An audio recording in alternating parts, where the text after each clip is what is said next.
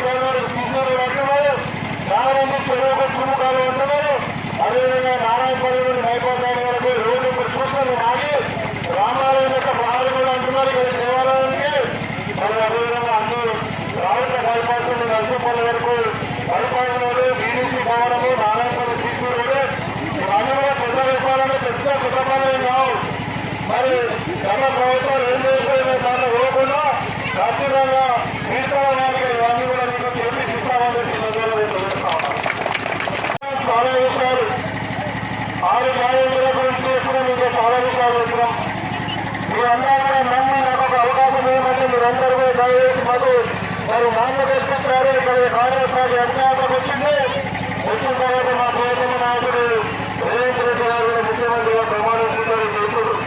మీరు చెప్పిన మాలో ఇందిరమ్మ రాజ్యం మళ్ళా అవసరమే ఖచ్చితంగా ఇవాళ వచ్చింది. మీరందరూ నడుచుకున్నారు కాబట్టి మరి ఇందిరమ్మ రాజ్యంలో ఎవరికి ఏమి ఇబ్బంది ఉండడానికి ఆరోగ్యంగా చెప్పాం.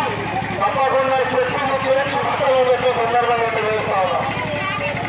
అయితే ముఖ్యంగా ఇవాళ చాలా పరిశ్రమల రోజు గత దశాబ్దాల నుండి 500 సంవత్సరాల నుండి మరి మన రామ మందిర కోరిక భారతదేశంలో మొత్తం రాష్ట్ర హిందూ సమాజం అందరూ కూడా కోరుకున్నటువంటి రామ మందిర నిర్మాణం ఇవాళ అయోధ్యలో కంప్లీట్ చేసుకుని ఆ రాముడు మళ్ళీ జన్మించినట్టు మన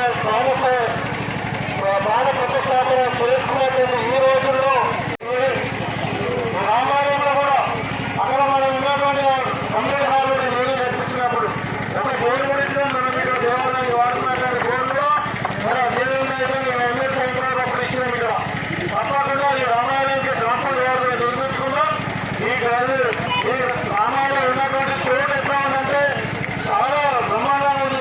గుళ్ళు 5 రోజులు వెళ్ళాలని ఈ గుడి వెళ్తారు కాబట్టి దీన్ని మంచి పుణ్యక్షేత్రంగా మనం అభివృద్ధి పరచుకుంటాం. మరి అలా ఈ సందర్భంగా రాముని ఆ సీతారామను నేను కోరుకునే ఏంటంటే రామాలంటే గ్రామ ప్రజలందరికీ కూడా ఆయుష్ ఆరోగ్యాలు మరి సుఖ శాంతులతో అందరూ ప్రాణ పంటలతో ఆనందంగా ఉండాలని అదేవిధంగా ఇక్కడ ఉన్నటువంటి పిల్లలందరూ కూడా మరి ఉన్నత స్థానంలో ఎదిగి బాగా చదువుకొని ఉన్నత స్థానంలో ఎదగాలని ఆ రాముని ప్రార్థిస్తూ మరి మీ మండలమే కాకుండా బాగుంది గ్రామ ప్రజలందరూ దేవుడు చల్లగా చూడాలని చెప్పి కోరుకుంటూ మరి మరొకసారి మీ అందరికీ కూడా మేము కలుసుకునే భాగ్యం కలిగింది. ఎమ్మెల్యేగా మీ ముందు నిలబడే అవకాశం నాకు ఇచ్చారు. మీకందరూ కూడా మరొకసారి నేను ధన్యవాదాలు తెలుసుకుంటూ తెలియజేసుకుంటా ఉన్నాను. జై శ్రీరామ్, జై శ్రీరామ్. ఎప్పటికప్పుడు వార్తలను వీక్షించేందుకు Q9 న్యూస్ ని సబ్స్క్రైబ్ చేసుకోండి, లైక్ చేయండి, షేర్ చేయండి. విలువైన సమాచారాన్ని ముందుగా మీరే తెలుసుకునేందుకు బెల్ బటన్ ని క్లిక్ చేయండి.